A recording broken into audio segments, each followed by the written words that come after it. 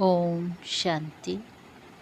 आज 20 जुलाई 2024 बाबा की साकार महावाक्य। प्यारे बाबा बोले, मीठे बच्चे, माया रावण के संग में आकर तुम भटक गए। पवित्र पौधे अपवित्र बन गए, अब फिर पवित्र बनो। प्रश्न: हर एक बच्चे को अपने ऊपर कौन सा वंडर लगता है? बाप को बच्चों पर कौन सा वंडर लगता है? उत्तर है, बच्चों को वंडर लगता कि हम क्या थे, किसके बच्चे थे। ऐसे बाप का हमें बरसा मिला था, उस बाप को ही हम भूल गए। रावण आया, इतनी भागी आ गई, जो रचयिता और रचना सब भूल गया। बाप को बच्चों पर वंडर लगता, जिन बच्चों को मैंने इतना ऊंच बनाया, राज्य भाग्य दिया, वही बच्चे मेरी ग्लानि करने लगे। रावण के संग में आकर सब कुछ गंवा दिया। ओम शांति। क्या सोच रहे हो? नंबरवार पुरुषार्थानुसार हर एक की जीव आत्मा अपने ऊपर वंडर खा रही है कि हम क्या थे, किसके बच्चे थे। और बरोबर बाप से बरसा मिला था, फिर कैसे हम भूल गए। हम सतु प्रधान दुनिया में सारे विश्व के मालिक थे, बहुत सुखी थे। फिर हम सीढ़ी उतरे, रावण आया गया, इतनी भागी आ गए, जो रचता और रचना को हम भूल गए। भागी में मनुष्य रास्ता आदि भूल जाते हैं ना, तो हम भी भूल गए हमारा घर कहाँ है, कहाँ के रहने वाले थे। अब बाबा देख रहे हैं हमारे बच्चे, जिन्हें हम आज से 5000 बरस पहले राज्य भाग्य देकर गए, बड़े आनंद मौज में थे। यह भूमि फिर क्या हो गए, कैसे रावण के राज्य में आ गए। पराये राज्य में तो जरूर दुख ही मिलेगा। कितने तुम भटके, अंधश्रद्धा में बाप को ढूंढते रहे, परंतु मिले कहाँ। जिसको पत्थर ठिक्कर में डाल दिया तो मिलेगा फिर कैसे। आधा कल्प तुम भटक भटक कर जैसे हाँ हो गए। अपने ही अज्ञान के कारण रावण राज्य में तुमने कितना दुख उठाया है। भारत भक्ति मार्ग में कितना गरीब बन गया है। बाप बच्चों की तरफ देखते हैं तो ख्याल होता है भक्ति मार्ग में कितना भटके हैं। आधा कल्प भक्ति की है किस लिए? भगवान से मिलने लिए। भक्ति के बाद ही भगवान फल देते हैं। क्या देते हैं वो तो कोई जानते नहीं, बिल्कुल बुद्धू बन गए हैं। ये सब बातें बुद्धि में आनी चाहिए। हम क्या थे, फिर कैसे राज्य भाग्य करते थे, फिर कैसी सीढ़ी नीचे उतरते उतरते रावण की जंजीरों में बांधते गए। अपरम अपार दुख थे। पहले पहले तुम अपरम अपार सुख में थे, तो दिल में आना चाहिए अपने राज्य में कितना सुख था, फिर पराये राज्य में कितना दुख उठाया। जैसे वो लोग समझते हैं अंग्रेज़ों के राज्य में हमने दुख उठाया है। अब तुम बैठे हो, अंदर में यह ख्याल आना चाहिए हम कौन थे, किसके बच्चे थे। बाप ने हमको सारे विश्व का राज्य दिया, फिर कैसे हम रावण राज्य में जकड़ गए। कितनी दुख देखे, कितने गंदे कर्म किए। सृष्टि दिन प्रतिदिन गिरती ही गई है। मनुष्य के संस्कार दिन प्रतिदिन क्रिमिनल होते गए, तो बच्चों को स्मृति में आना चाहिए। बाप देखते हैं ये पवित्र पौधे थे, जिसको राज्य भाग्य दिया, वो फिर मेरे ऑक्यूपेशन को ही भूल गए। और फिर तुम तमो प्रधान से सतु प्रधान बनना चाहते हो, तो मुझ बाप को याद करो, तो सब पाप कट जाए। परंतु याद भी नहीं कर सकते। घड़ी घड़ी कहते हैं बाबा हम भूल जाते हैं। अरे तुम याद नहीं करेंगी तो पाप कैसे कटेंगी? एक तो तुम विकारों में गिर पतित बने और दूसरा फिर बाप को गाली देने लगे। माया के संग में तुम इतना गिर पड़े जो जिसने तुमको आसमान में चढ़ाया उनको ठिक्कर भीतर में ले गए। माया के संग में तुमने ऐसा काम किया है। बुद्धि में आना चाहिए ना, एकदम पत्थर बुद्धि तो नहीं बनना चाहिए। बाप रोज रोज कहते हैं मैं फर्स्ट क्लास पॉइंट तुमको सुनाता हूँ। जी मेरे मीठे बाबा, जैसे बाबा में संगठन जैसे बॉम्बे में संगठन हुआ तो उसमें बतला सकते हैं कि बाप कहते हैं हे भारतवासियों, तुमको हमने राज्य भाग्य दिया। तुम देवताएं हेवन में थे, फिर तुम रावण राज्य में कैसे आए? यह भी ड्रामा में पाठ है। तुम रचता और रचना के आदि मध्य अंत को समझो, तब ऊंच पद पा सको। और मेरे को याद करो तो तुम्हारे विक्रम विनाश हो। यहाँ भल सब बैठे हैं, फिर भी किसी की बुद्धि कहाँ है? बुद्धि में आना चाहिए हम कहाँ थे। अब हम पराए रावण राज्य में आकर पड़े हैं तो कितने दुखी हुए हैं। हम शिवालय में तो बहुत सुखी थे। अब बाप आए हैं वैश्यालय से निकालने, तो भी निकलते ही नहीं। बाप कहते हैं तुम शिवालय चलेंगी, फिर वहाँ ये विष नहीं मिलेगा, यहाँ का गंदा खान पान नहीं मिलेगा। ये तो विश्व के मालिक थे ना, फिर ये कहाँ गए? फिर से अपना राज्य भाग्य ले रहे हैं। कितना सहज है। ये तो बाप समझाते हैं सब सर्विसेबल नहीं होंगी। नंबर बार राजधानी स्थापन करनी है, जैसे 5000 बरस पहले की थी। सतु प्रधान बनना है।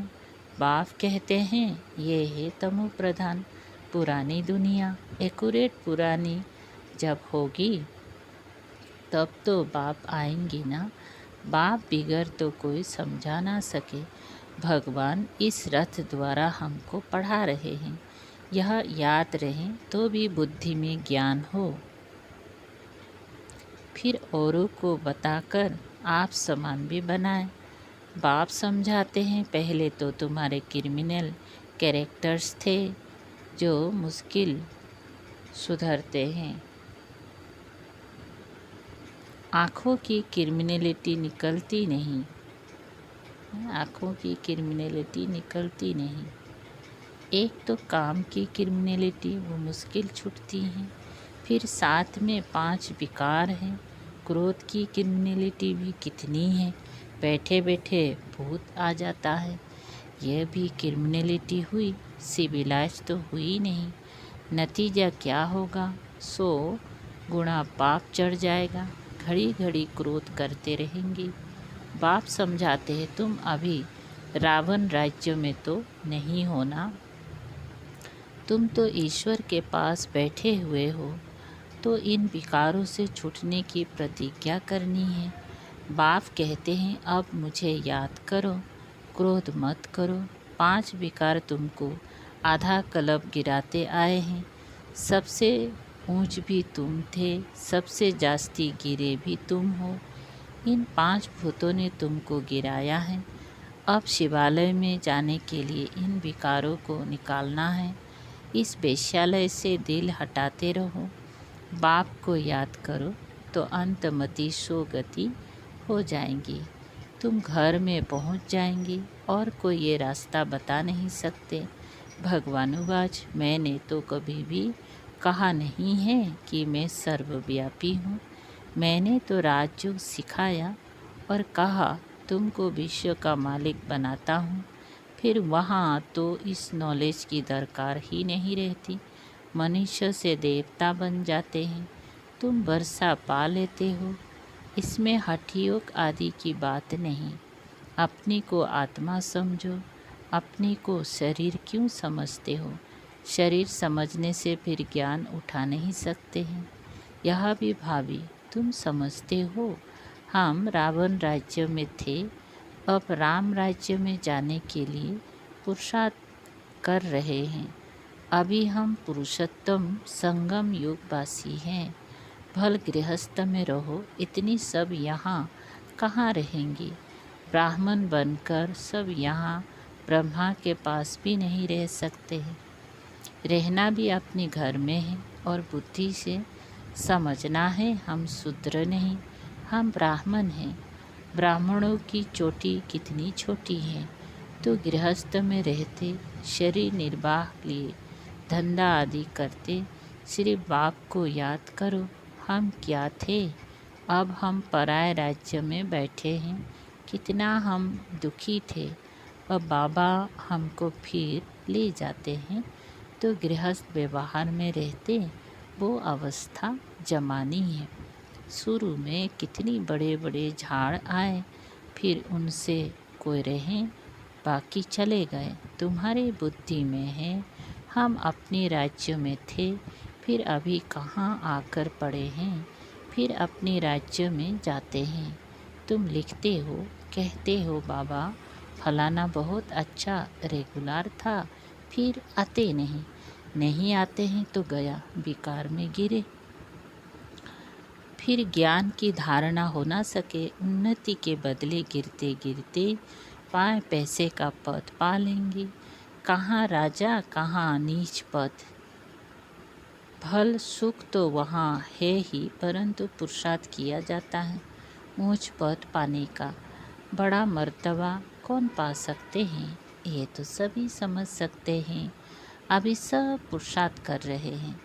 किंग महेंद्र न भोपाल के भी पुरुषार्थ कर रहा है।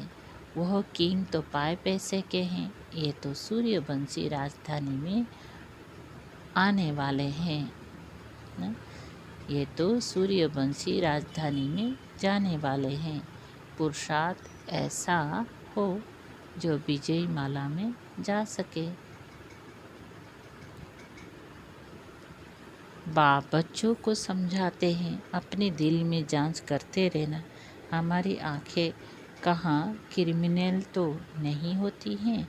अगर सिविलाइज हो जाए तो बाकी क्या चाहिए। भल विकार में नहीं जाएंगे, परंतु कुछ ना कुछ आंखें धोखा देती रहती हैं। नंबर 1 है काम। क्रिमिनल आय बड़ी खराब है, इसीलिए नाम ही है क्रिमिनल आइज। सिविलाइज बेहद का बाप बच्चों को जानते तो है ना, ये क्या कर्म करते हैं, कितनी सर्विस करते हैं। फलाने की क्रिमिनल आइज अभी तक गई नहीं है, अभी तक ऐसे गुप्त समाचार आते हैं। आगे चल और भी एक्यूरेट लिखेंगे, खुद भी फील करेंगी। हम तो इतना समय झूठ बोलते गिरते आए, ज्ञान पूरा बुद्धि में बैठा नहीं था। यही कारण था जो हमारी अवस्था नहीं बनी। बाप से हम छिपाते थे, ऐसे बहुत छिपाते हैं। सर्जन से 5 विकारों की बीमारी छिपानी नहीं है, सच बताना चाहिए। हमारी बुद्धि इस तरफ जाती है, शिव बाबा तरफ नहीं जाती हैं। बताते नहीं हैं तो वो वृद्धि को पाती रहती हैं। अब बाप समझाते हैं, बच्चे तेही अभिमानी बनो, अपने को आत्मा समझो।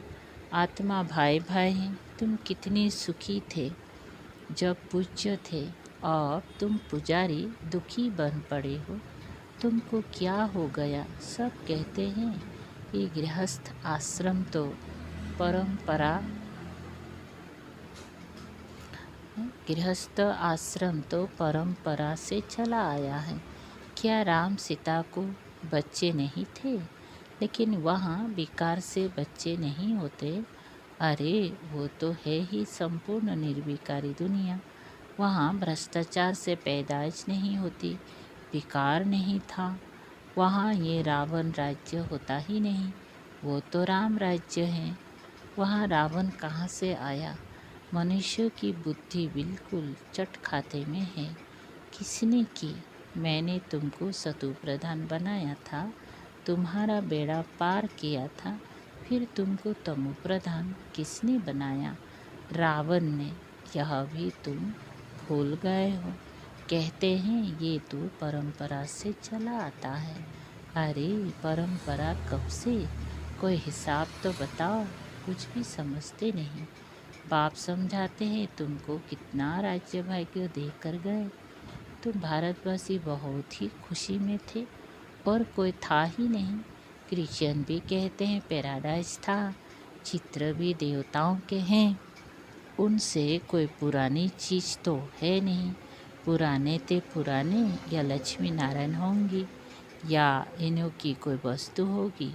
सबसे पुराने ते पुराना है श्री कृष्ण, नए ते नया भी श्री कृष्ण था। पुराना क्यों कहते हैं? क्योंकि पास्ट हो गया ना। तुम ही गोरे थे, समझा? फिर सांवरे बने। सांवरे कृष्ण को भी देखकर बड़ा खुश होते हैं। झूले में भी सांवरे को झुलाएंगी। उनको क्या पता कि गोरा कब था। कृष्ण को कितना प्यार करते हैं। राधे ने क्या किया? बाप कहते हैं तुम यहाँ संत के संग में बैठे हो, बाहर कुसंग में जाने से फिर भूल जाते हो। माया बड़ी प्रबल है, गज को ग्राह हफ कर लेते हैं। ऐसे भी हैं, अभी भागे कि भागे, थोड़ा भी अपना अहंकार आने से और ही सत्यानाश कर लेते हैं। बेहद का बाप तो समझाते रहेंगे, इसमें फंक नहीं होना चाहिए। बाबा ने ऐसे क्यों कहा? हमारी इज्जत गई। अरे इज्जत तो रावण राज्य में चट हो ही गई है। ते अभिमान में आने से अपना ही नुकसान कर देंगी। पद भ्रष्ट हो पड़ेगा। क्रोध लोभ भी क्रिमिनल आए हैं। आँखों से चीज़ देखते हैं तब तो लोभ होता है। बाप आकर अपना बगीचा देखते हैं, किस किस किस्म के फूल हैं। यहाँ से जाकर फिर उस बगीचे में फूलों को देखते हैं। शिव बाबा को फूल भी बरोबर चढ़ाते हैं। वो तो है निराकार चैतन्य फूल। तुम अभी पुरुषार्थ कर ऐसा फूल बनते हो। बाबा कहते हैं मीठे मीठे बच्चों, जो कुछ बीता उसको ड्रामा समझो। सोचो नहीं कितना मेहनत करते हैं, होता तो कुछ नहीं, ठहरता नहीं। अरे प्रजा भी तो चाहिए ना। थोड़ा भी सुना तो वो प्रजा हो गए। प्रजा तो ढेर बननी है। ज्ञान कभी विनाश को नहीं पाता। एक बार सुना शिव बाबा है तो भी बस प्रजा में आ जाएंगी। अंदर में तुम्हें ये स्मृति आनी चाहिए, हम जिस राज्य में थे वो फिर से अब पा रहे हैं। उसके लिए पूरा पुरुषार्थ करना चाहिए। बिल्कुल एक्यूरेट सर्विस चल रही है। अच्छा, मीठे मीठे सिकंदे बच्चों प्रति माता पिता बाप दादा का याद प्यार और गुड मॉर्निंग। रूहानी बाप की रूहानी बच्चों को नमस्ते। हम रूहानी बच्चों की रूहानी बाप दादा को याद प्यार गुड मॉर्निंग और नमस्ते। शुक्रिया बाबा, थैंक यू। सार है एक, शिवालय में जाने के लिए इन विकारों को निकालना है।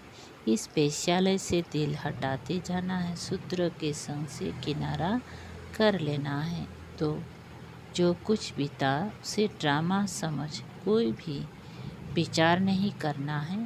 अहंकार में कभी नहीं आना है। कभी शिक्षा मिलने पर फंक नहीं होना है। वरदान, खुशियों के खजाने से संपन्न बन दुखी आत्माओं को खुशी का दान देने वाले पुण्य आत्मा भव।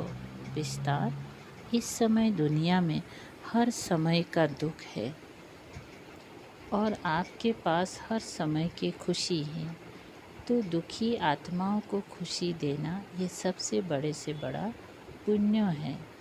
दुनिया वाले खुशी के लिए कितना समय संपत्ति खर्च करते हैं और आपको सहज अविनाशी खुशी का खजाना मिल गया। अब सिर्फ जो मिला है उसे बांटते जाओ। बांटना माना बढ़ना। जो भी संबंध में आए वो अनुभव करे कि इनको कोई श्रेष्ठ प्राप्ति हुई है जिसकी खुशी है। स्लोगन। अनुभवी आत्मा कभी भी किसी बात से धोखा नहीं खा सकती, वो सदा विजयी रहती है। अव्यक्त इशारे। परोपकार की भावना से संपन्न बन, अपकारियों पर भी उपकार करो। 20 नंबर है। परोपकारी आत्मा अपनी उपकार की शुभ भावना से, स्नेह से, शक्ति से, मीठे बोल से, उत्साह उमंग के सहयोग से दिल शिकस्त को शक्तिवान बना देगा, अर्थात भिखारी को बादशाह बना देगा। कोई कितना भी अपकारी हो, लेकिन आपकी दृष्टि और वृत्ति सदा उपकारी रहें। इसके लिए ज्ञान में चलने के बाद जो स्वाभिमान आ जाता है उसका भी त्याग। जब इतनी त्याग की वृत्ति और दृष्टि होगी तब स्मृति में बाप दादा रहेगा और सबके प्रति उपकार की भावना बनी रहेगी।